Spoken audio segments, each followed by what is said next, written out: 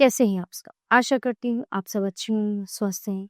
स्वागत है आपका इस कक्षा में। आइए आज हम पढ़ते हैं हिंदी का पाठ 17। मानवीय संवेदनाएं व्यक्ति की जरूरत से कहीं ऊंचा स्थान रखती है। बेरोजगार जरासीम को जब पता चलता है कि उसके नौकरी कर लेने से वृद्ध दंपति पर मुसीबत आ पड़ेगी, तो वो नौकरी से इनकार कर देता है। क्रिसमस से पहले मास्को में काम मिलना कठिन होता है। उन दिनों आदमी क्रिसमस का इनाम पाने की आशा में छोटे से छोटे काम भी कर लेता है। इन्हीं दिनों जरासीम अपने गांव से मास्को लौट आया, लेकिन 20-21 दिन तक गली गली भटकने पर भी उसे काम नहीं मिला। उसके गांव के कई मित्र और संबंधी मास्को में नौकरी करते थे और जरासीम उन्हीं में से एक के पास ठहरा हुआ था। वो मास्को में बचपन से रहता आया था। पहले वो एक मधुशाला में खाली बोतलें धोने का काम करता था। बाद में वो एक व्यक्ति के यहाँ घरेलू नौकर हो गए। वो अब भी वही होता यदि उसे फौजी काम के लिए गांव न बुलाया गया होता।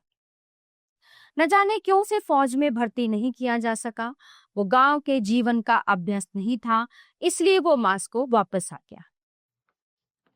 जरासीम का एक मित्र मास्को के बाहरी छोर पर एक दयालु व्यापारी शारोप के यहाँ कोचवान था। उसका नाम चेगोर दानेलिक था। एक दिन जरासीम अपने इसी मित्र के पास आया। कोचवान ने उसका स्वागत किया और पूछा, क्या हालचाल है? आजकल क्या कर रहे हो? बहुत बुरा हाल है चेगोर दानेलिक। कई सप्ताह से मैं बेरोजगार हूँ। चेगोर दानेलिक बोला, तुम नए छोकरों के काम करने का ढंग ऐसा है कि जब तक नौकरी करते हैं तब तक तो जैसे बेकार टालते हैं।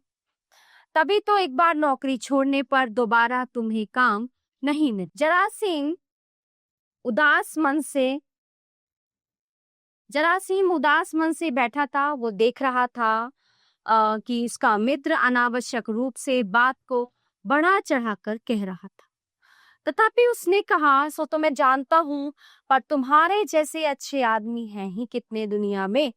कोई 10-20 चैगोर तो है नहीं। यदि तुम अच्छा काम ना करते होते तो तुम मालिक के यहाँ 12 बरस कैसे गुजारते। चैगोर के मुंह पर मुस्कुराहट फैल गई। उसे अपनी प्रशंसा अच्छी लगी। तभी चैगोर को मालिक ने बुलाया। तनिक ठहरो, मैं अभी आया, कहकर चैगोर वहां से चला गया। लौट कर आया तब उसने कहा, अभी आधे घंटे में गाड़ी तैयार करके मालिक को शहर ले जाना है। अच्छा सुनो, यदि तुम चाहो तो मैं मालिक से तुम्हें नौकर रख लेने को कह सकता। यदि मेरे लिए कुछ कह सको तो जरूर कहो चैगोर, मैं जीवन भर तुम्हारा कृतज्ञ रहूंगा। अच्छा ठीक है, मैं कह दूंगा, कल सवेरे आ जाओ। शाहरुख के गाड़ी पर बैठते ही घोड़े उड़ चले। शहर में अपना काम निपटाकर जब शाहरुख घर लौट रहा था तब चैगोर ने ताड़ लिया कि इस समय वह प्रसन्न मुद्रा में है। बेहद नम्रता से उसने कहा, शाहरुख फियोडरिक, मुझ पर कुछ कृपा कीजिएगा। क्या बात है? शाहरुख ने पूछा।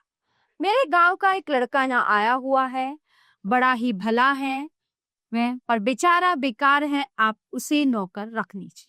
घर का सारा ऊपरी काम वो कर दिया करेगा। और पोलीकार्पिक क्या करेगा? वो बूढ़ा किस काम का है? अब तो उसे निकाल देना चाहिए। ये तो ठीक नहीं है। वो मेरे पास कितने लंबे समय से है और अब बुढ़ापे में वो कैसे गुजारा करेगा? माना कि वो आपके पास बरसों से नौकर रहा है, तो इससे क्या हुआ? कोई मुफ्त में तो उसने काम किया नहीं है। काम के लिए उसे पैसा मिला है और फिर बुढ़ापे के लिए उसने कुछ ना कुछ बचा कर रख ही लिया होगा। बचा लिया होगा? कैसे बचा सकता था वह? कोई अकेला तो है नहीं, वह उसकी पत्नी भी है। कोयला ढोकर वह भी तो कमा लेती है। आप पोलीकार्पिक और उसकी पत्नी की फिक्र क्यों करते हैं? मैं आपको सच बताऊं, वो बहुत खराब काम करता है। आप उस पर अपना पैसा क्यों बर्बाद कर रहे हैं? वो ठीक समय पर कमरा साफ नहीं करता, रात में ठीक से पहरा नहीं देता। जिस दिन रात को पहरा देने की इसकी बारी आती है, रात भर में कम से कम 10 बार घर जाकर सोता है, पर वो करे भी क्या, ठंड उससे सही नहीं जाती। तब भी ये बात बहुत बुरी है, मेरे पास वो 15 साल से काम कर रहा है, अब बुढ़ापे में उसे निराश्रित कर देने से पाप लगे। पाप? आप उसका कुछ बिगाड़ थोड़े ही रहे हैं, वो भूख तो मरेगा नहीं, किसी धर्मशाला में चला जाएगा और वहां मजे से बैठा बैठा। शारोब ने चेगोर की बात पर कुछ देर तक विचार किया और बोला, अच्छा तो उस लड़के के लिए कुछ ना कुछ करूंगा। साहब उसे नौकरी जरूर दीजिएगा, मुझे उस पर बहुत दया आती है, चैगोर ने लगभग चिरौरी करते हुए कहा। अगली सुबह जरासीम चैगोर के पास आया और उससे पूछा, कहो कुछ किया मेरे लिए? कोचवान ने जवाब दिया, हाँ सब कुछ कर दिया, आओ चाय पी ली। फिर मालिक के पास चले गए, परंतु जरासीम की चाय में कोई रुचि नहीं थी, वो नौकरी के बारे में निश्चिंत हो जाना चाहता था। फिर भी शिष्टाचार के नाते उसने जल्दी जल्दी चाय पी ली। चाय पीकर दोनों शारोब के पास पहुंचे। शारोब ने उसे पूछा, तुम पहले कहाँ काम करते थे? तो जरासीम ने उत्तर देने पर शारोब ने कहा, मैं तुम्हें ऊपर के काम के लिए नौकर रख सकता हूँ, कल सुबह से काम पर आ जाओ। जरासीम खुशी से झूम उठा, उसने कृतज्ञ भाव से चैगोर के सामने हाथ जोड़ लिए। चैगोर ने कहा, अच्छा तो अब अपना काम अच्छी प्रकार से करना, नहीं तो मुझे मालिक के सामने शर्मिंदा होना पड़ेगा। यदि तुम एक काम में गलती करोगे तो मालिक तुम्हारे हर काम में गलती निकाला करेगा और तुम्हें चैन से नहीं रहने देगा। अच्छा ठीक है कहकर जरासीम चल दी।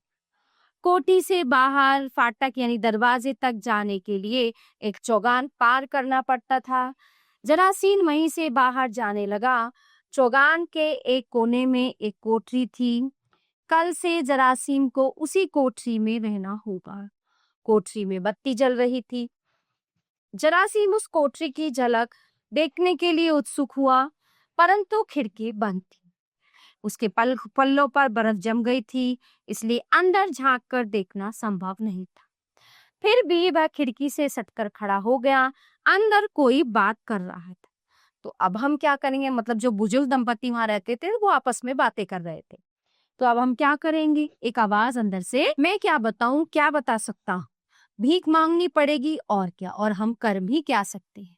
अब कुछ नहीं रहा। दूसरी आवाज आई, हाँ हम गरीबों की जिंदगी कितनी बुरी है, हम सवेरे से लेकर आधी रात तक काम में जुटे रहते हैं और ऐसे ही सारी जिंदगी बिता देते हैं और तब एक दिन सुनते हैं कि निकल जाओ यहाँ से।